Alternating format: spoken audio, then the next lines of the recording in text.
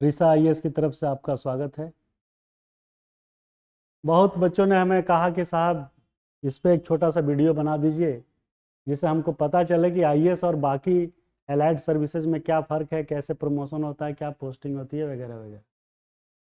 मैंने कहा बिल्कुल, ये जानने से क्या है कि आपकी उत्सुकता, आपका मोटिवेशन बढ़ेगा, इसमें कोई दो राय नहीं है।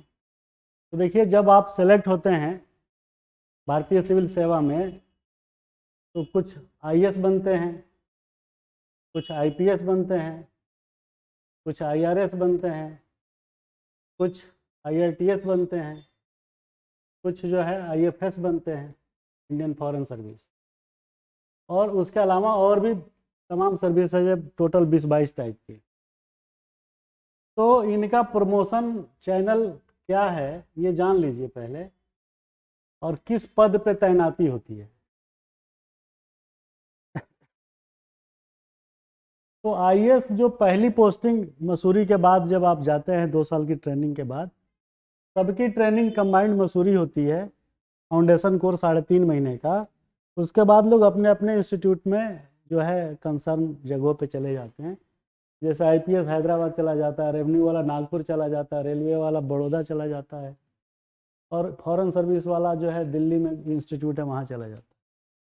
तो पहली पोस्टिंग जब आप ट्रेनिंग के बाद निकलते हैं तो यहाँ होती है एसडीएम। कुछ स्टेट में इसको एसडीओ बोलते हैं, कई जगह एसडीओ, कई जगह एसडीएम, कुछ जगह डिप्टी कलेक्टर भी बोलते हैं, एक ही बात है। तो ये हो जाता है जूनियर स्केल, ये हो गया जूनियर स्केल। कई स्केल होते हैं बता रहा हूँ। और आईपीएस वाला जो है ये बन जाता है डीएसपी या ACP, assistant commissioner of police, एक ही बात है। कुछ स्टेट में इसको एसडीपीओ भी बोलते हैं, सब डिविजनल पुलिस ऑफिसर। और आईआरएस वाला बन जाता है ACIT, assistant commissioner of income tax. और आईआरटीएस वाला बन जाता है असिस्टेंट कमर्शियल मैनेजर या असिस्टेंट ऑपरेशन मैनेजर, ठीक है।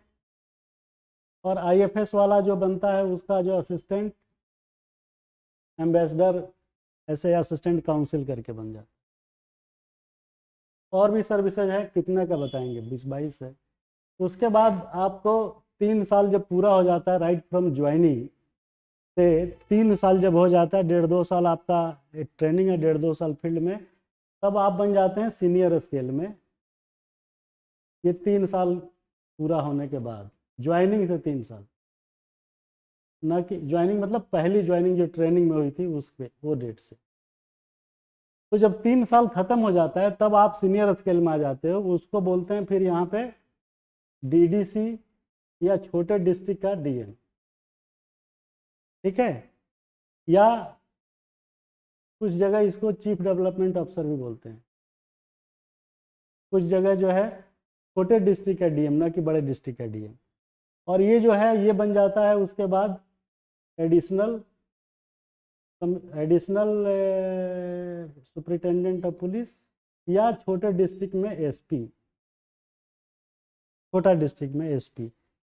और एसीआईटी बन के हो जाता है deputy commissioner of income tax, और ये बन जाता है डीसीएम, डिविजनल कमर्शियल मैनेजर या डिविजनल ऑपरेशन मैनेजर। ये भी छोटा डिवीजन होता है तो उसका इंचार्ज बन जाता है। सबके बराबर है, एक ही स्केल है। और आईएफएस वाला डिप्टी काउंसिल करके बन जाता है। और सचिवालय में पोस्टिंग अगर हो गई तो ये पहला जो है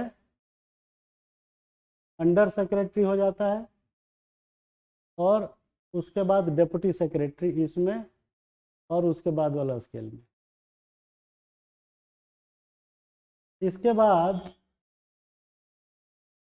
3 साल के बाद, सीनियर स्केल के बाद आता है जेएजी, जूनियर एडमिनिस्ट्रेटिव ग्रेड, जो 6 साल की सर्विस जब पूरी हो जाती है तब ये जेएजी मिल जाता है, जूनियर एडमिनिस्ट्रेटिव ग्रेड। तो ये बन जाता है फुल फ्लेज डीएम, ये बन जाता है एसएसपी, ये बन जाता है डिप्टी के बाद ज्वाइंट जेसीआईटी, ये बन जाता है सीनियर डीसीएम या सीनियर डीओएम या सीपीआरओ या डिप्टी जीएमजी। जैसा प्लेस होता है वहाँ के हिसाब से नाम अलग अलग हो जाता है। और ऐसे ही आईएफएस वाले जो है वो बन जाते हैं। 6 साल के बाद एक दूसरा प्रमोशन आता है सिलेक्शन ग्रेड, ये 12 से 13 साल के बीच टोटल सर्विस के 12 से 13वें साल में। सिलेक्शन ग्रेड, इसमें ये क्या बन जाता है, और बड़े डिस्ट्रिक्ट का डीएम, कमिश्नरी लेवल का डिस्ट्रिक्ट। और ये जो है सिलेक्शन ग्रेड में ये हो जाता है डीआईजी। ये सिलेक्शन ग्रेड में यहाँ डीएम, और अगर फील्ड में सेक्रेटेरिएट में चला जाता है तो उसको यहाँ पे सेक्रेटरी बोलने लगता है स्टेट में। और अगर सेंट्रल के सेक्रेटेरिएट में जाता है तो वहाँ पे इसको डायरेक्टर बोलते हैं। अलग अलग जगहों के नाम कितने लिखेंगे हम। उसके बाद ये हो जाता है एडिशनल सीआईटी, और ये सेम रहता है, बड़े बड़े मंडल का, बड़े डिवीज़न का वो बन जाता है छोटे से। इसके बाद एक और आता है, इसको बोलते हैं सीनियर एडमिनिस्ट्रेटिव ग्रेड। आइए वेलकम। ये सीनियर एडमिनिस्ट्रेटिव ग्रेड जो मिलता है, ये मिलता है 17-18 साल के बाद एसएजी। इसमें ये कमिश्नर हो जाता है, और ये आईजी बन जाता है, और ये कमिश्नर सीआईटी इनकम टैक्स बन जाता है, और ये जीएम किसी पीएसयू का बन जाता है, या अगर रेलवे में रहता है तो इसको चीफ ऑपरेशन मैनेजर या चीफ कमर्शियल मैनेजर ब्रैकेट में बन जाता है। आईएफएस का एग्जैक्ट जो है एम्बेसडर, छोटे उसमें जो है छोटे कंट्री का काउंसिल जनरल कॉन्सुलेट में ये बन जाता है इंडिया से बाहर। अगर यहाँ है तो ज्वाइंट सेक्रेटरी बन जाएगा, इंडिया में रहेगा तो ज्वाइंट सेक्रेटरी। और इसके बाद एसएजी के बाद आता है एचएजी लास्ट। एचएजी मिलता है 25 साल की सर्विस में। तो ये महोदय जो है यहाँ पे प्रिंसिपल सेक्रेटरी बन जाते हैं फील्ड से ख़त्म, और ये जो है एडीजी बन जाते हैं, एडिशनल डायरेक्टर जनरल पुलिस। ये chief commissioner of income tax बन जाता है, और ये जो है फुल फ्लेजेड जो है प्रिंसिपल चीफ ऑपरेशन मैनेजर या प्रिंसिपल चीफ कमर्शियल मैनेजर। ये बड़े उसका एम्बेसडर बन गया कंट्री का। तो ये है। इसके बाद एक लास्ट प्रमोशन रहता है, लेकिन वो बहुत कम मिल पाता है कि वैकेंसी कम रहती है एचएजी। तो आपका 25 साल के बाद कैरियर जो है प्रमोशन का लगभग ख़त्म हो जाता है, फिर आप स्टेगनेशन में आ जाते हैं। तो ये है प्रमोशन कब कब होता है, किस नाम से जाना जाता है, ये चीज़। इसमें एक चीज़ जानने की ज़रूरत और है कि आईएएस और आईएएस एलाइड में फर्क सिर्फ किस चीज़ का है, पोस्ट का। लेकिन ऐसा हार्ड एंड फास्ट नहीं है, ये बहुत कम लोगों को मालूम है। आप आईएएस चाहे आईएएस एलाइड हो, आप किसी भी डिस्ट्रिक्ट के, दिल्ली हो चाहे कहीं का हो, तो आप कहीं भी डीसी या डीएम बन सकते हैं। आईएएस हो चाहे आईएएस एलाइड में आईआरएस, आईआईटीएस, आई पोस्टल सर्विस, फॉरेस्ट सर्विस, उसके लिए कोई मनाही नहीं है, तो कोई भी डीएम बन सकता है। लेकिन प्रैक्टिस में क्या होता है कि बहुत कम लोग एलाइड वाले को डीएम बनाना पसंद करते हैं। कोई भी किसी भी स्टेट में या किसी भी सेंट्रल गवर्नमेंट के मिनिस्ट्री में डेपुटेशन पे पोस्टिंग पा सकता है, और जब वहाँ पोस्टिंग पाता है तो सीनियरिटी जो होती है वो बैच वाइज होती है। ऐसे तमाम ऑर्गेनाइजेशन है जहाँ आईएएस एलाइड के अंडर में आईएएस प्रॉपर काम करता है, जो जो फिर आपको लगेगा अटपटा कि एलाइड वाला है, क्योंकि सीनियरिटी बैच वाइज होती है। तो जूनियर बैच का आप प्रॉपर आईएएस भी या आईपीएस जो है उस सीनियर वाले आईएएस एलाइड के अंडर में काम करता है। क्लियर है?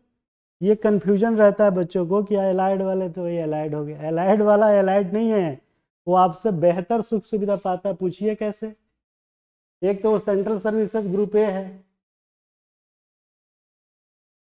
है ना, सेंट्रल सर्विसेज ग्रुप ए है, वो भी आप ही के स्केल में आता है, आप ही के बराबर में आता है।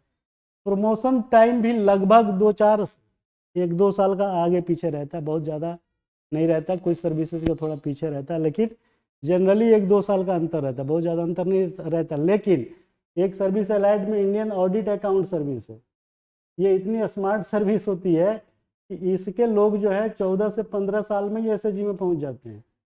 स्टेट का आईजी। ये इतना फास्ट है, आईएएस से भी फास्ट है इसका प्रमोशन, एलाइड वाले का। खैर यही एक है, विदेशों में ज़्यादा काम करता है। लेकिन सेंट्रल सर्विसेज वाला जो है ग्रुप ए वाला, इसकी पोस्टिंग स्टेट में रेयर होती है, अगर कोई मुख्यमंत्री चाहता है तभी होती है, ठीक है। और नहीं तो सेंट्रल गवर्नमेंट में तो रहेगा ही, जिस विभाग का है उसमें, और नहीं तो डेपुटेशन पे किसी भी मंत्रालय में रहेगा। तो वो बैच वाइज सीनियरिटी होती है, ध्यान रखिएगा। आपके अंडर में सीनियर जूनियर बैच का प्रॉपर आईएएस जो डीएम रह चुका वो काम करेगा, क्योंकि बैच वाइज सीनियरिटी है। अब क्या होता है कि ये जो सेंट्रल सर्विसेज हैं, इनकी पोस्टिंग बहुत अच्छी जगह रहती है, बड़े बड़े मेट्रोज में।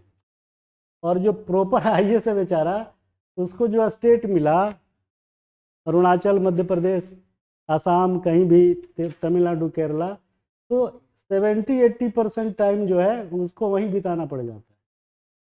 क्योंकि सेंट्रल में आएगा तो 5 साल मैक्सिमम रहेगा, फिर 3 साल के लिए वापस जाएगा, फिर दोबारा मिलेगा नहीं मिलेगा, बड़ा मुश्किल रहता है। मिलता भी है लेकिन रूल मना नहीं करता। और जो सेंट्रल सर्विसेज वाले हैं वो बड़े मेट्रो शहर में रहते हैं, तो वहाँ की बात आप समझ ही सकते हैं। तो जब डेपुटेशन पे आने की बात होती है, तब डेपुटेशन में किसी भी स्टेज पे डीओपीटी कंट्रोलिंग बॉडी है पोस्टिंग प्रमोशन का, तो डीओपीटी वैकेंसी निकालती है आईएएस और आईएएस एलाइड दोनों के लिए। क्या वैकेंसी निकालती है कि भाई डायरेक्टर बन जाओ आके हमारे यहाँ, या डिप्टी सेक्रेटरी बन जाओ, ज्वाइंट सेक्रेटरी बन जाओ। इम्पैनलमेंट आईएएस का भी होता है और आईएएस एलाइड का भी होता है। लेकिन मज़े की बात देखिए कि ये कम लोगों को मालूम रहता है, तो इक्वली जो है इम्पैनलमेंट है।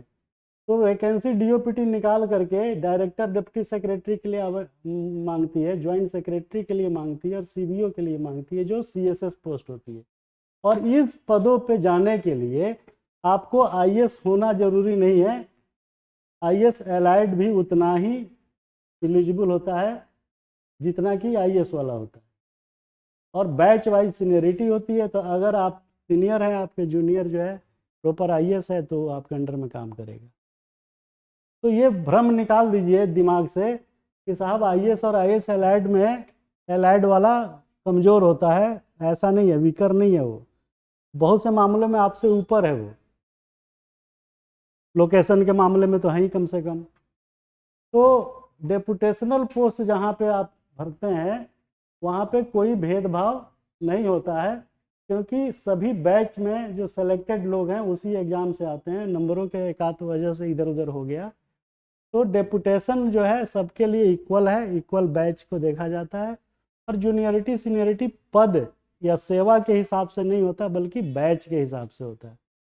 इतना आपने हमसे बोला था कि आईएएस और आईएएस एलाइड में क्या फ़र्क है और कैसे प्रमोशन और पोस्टिंग होती है, मैंने बताया। Thank you.